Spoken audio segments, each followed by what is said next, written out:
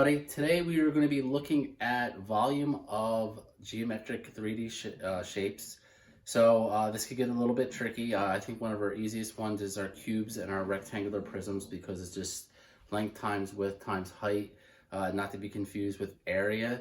We're going to be looking at a variety of different types of shapes today, cones, possibly spheres.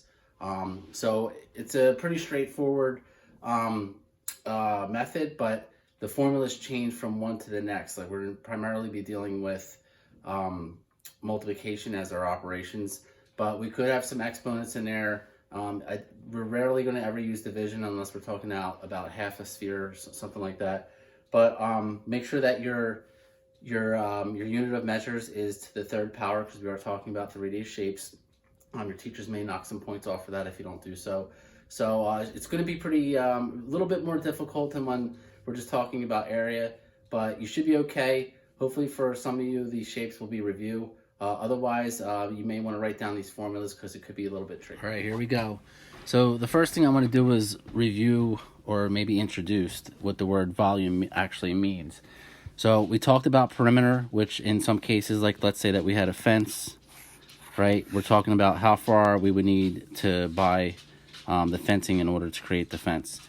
And then when it comes to area, let's say that we're talking about the same garden, how much space, like let's say how much or how much paint we would need to paint the side of this this particular house, something like that. And then for volume, it's a little bit different, is that now let's say that we're trying to fill something up. So in the event that we have this box here, we can see it's a 2x2 box. Then if we go back, right, that's going to change everything. So if we needed to figure out how much water we would need to fill this tank, or how much sand we would need to fill this box, something along those lines. So as a middle school student or even possibly high school student, you might be like, well, when will I ever need this? Well, you could or could not use it in real life, depending on what your career is going to be, but you never know where you'll find yourself. But for the time being, I can definitely guarantee that you'll use this at some point in science or other facets of some type of engineering. All right, now the first one is our rectangular prism. We've already talked about identifying the shape, so at this point that's not the biggest deal, but you will need to know what you're dealing with when it comes to how you apply your formulas.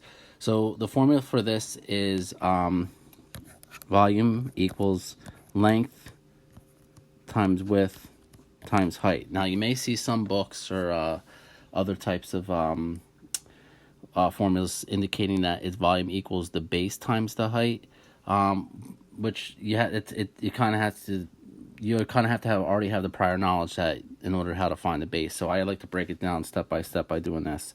All right, so according to the commutative property of multiplication, it doesn't really matter the order or how you designate what, but what we're going to do is try and do our best to decide what's the length, what's the width, and what's the height. So I'm going to designate this as the width, or I'm sorry, as the length. So our 12 will go there. The 4 feet up here, the double underline one, we'll call that our width. And then the top to bottom one here will be our height. All right. So we're going to simply multiply all these together. So we can do step by step 48 times 4. All right, and then we do 48 times 4, which is 192. Our unit of measure is feet, so it's feet cubed. All right, it would be marked wrong if you had feet squared. So I hate to see someone do all that work and then end up with the wrong answer because of their unit of measure, because teachers will be very tough about that. All right, our next shape is our cylinder. So one of the best real-life examples of this particular shape, at least this cylinder, would be like a can of tuna fish.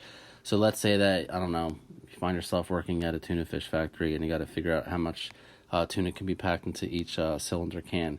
Well, here's your volume. So if you notice, I want to point out here that this portion is similar to finding the area of a circle, all right? Pi times r squared. So all we're really doing is taking that step a little bit further by multiplying it by the height. So we're going to use pi as our 3.14 is pi. We are given our radius, so in some cases, once again, they may give you the diameter, so we'll do 5 squared. Please don't write 10 because that is not the answer. And then 4.2, right? Hopefully you'll be able to use a calculator. As you multiply them all together, we're going to round this off to the nearest tenth. So for the nearest tenth, our final answer would be 329.7, and once again, centimeters cubed. All right, this one would be a composite figure, which we looked at in a previous section, finding at least the area of a composite figure. So this is going to be finding the volume of a composite figure. So we notice that we have this triangular prism on top, right here, like it looks like the tent portion or what would be the attic of a house. And then we have the rectangular prism on the bottom. So I'm going to go with the easier one first. So let's do the bottom one. The length could be 6.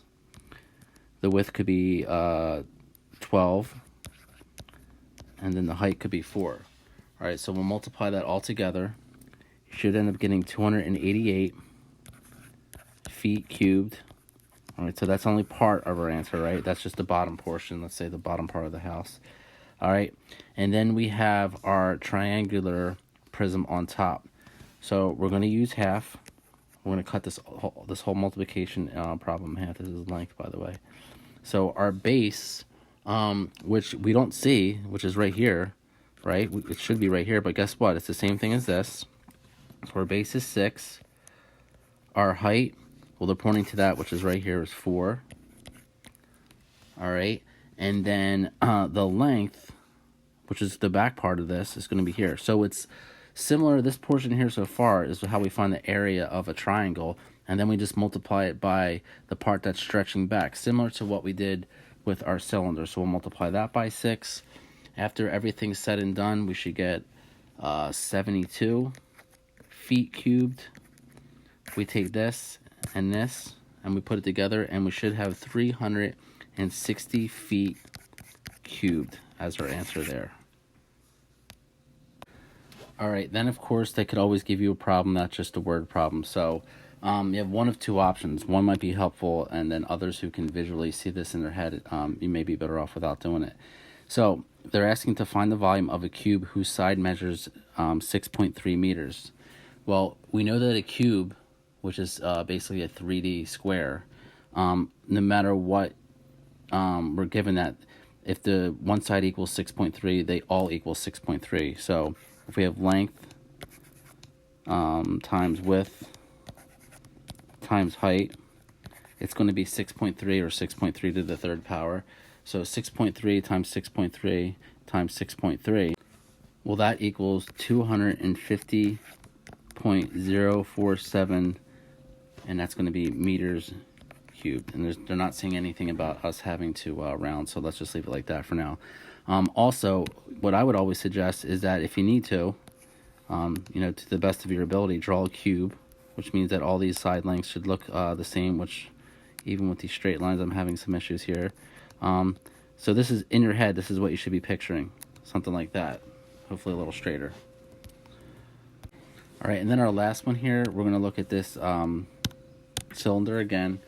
Once again, it somewhat looks like a can of soup, or I'm sorry, like a tuna fish can or something like that. So we can give that like some real world characteristics. So this part would be the same thing as if we were looking for the area of a circle. All right, so we got 3.14 times radius. Well, we should look again, because this is where we had some issues before, I think, is that this is 14, which is our diameter. We need to cut that in half and then square it, which will not get you back to 14. And then our height is 3.8. All right, so as we go through that, we're going to round off to the nearest tenth. After everything's said and done with your calculator, you got 584.7, and it should be centimeters cubed.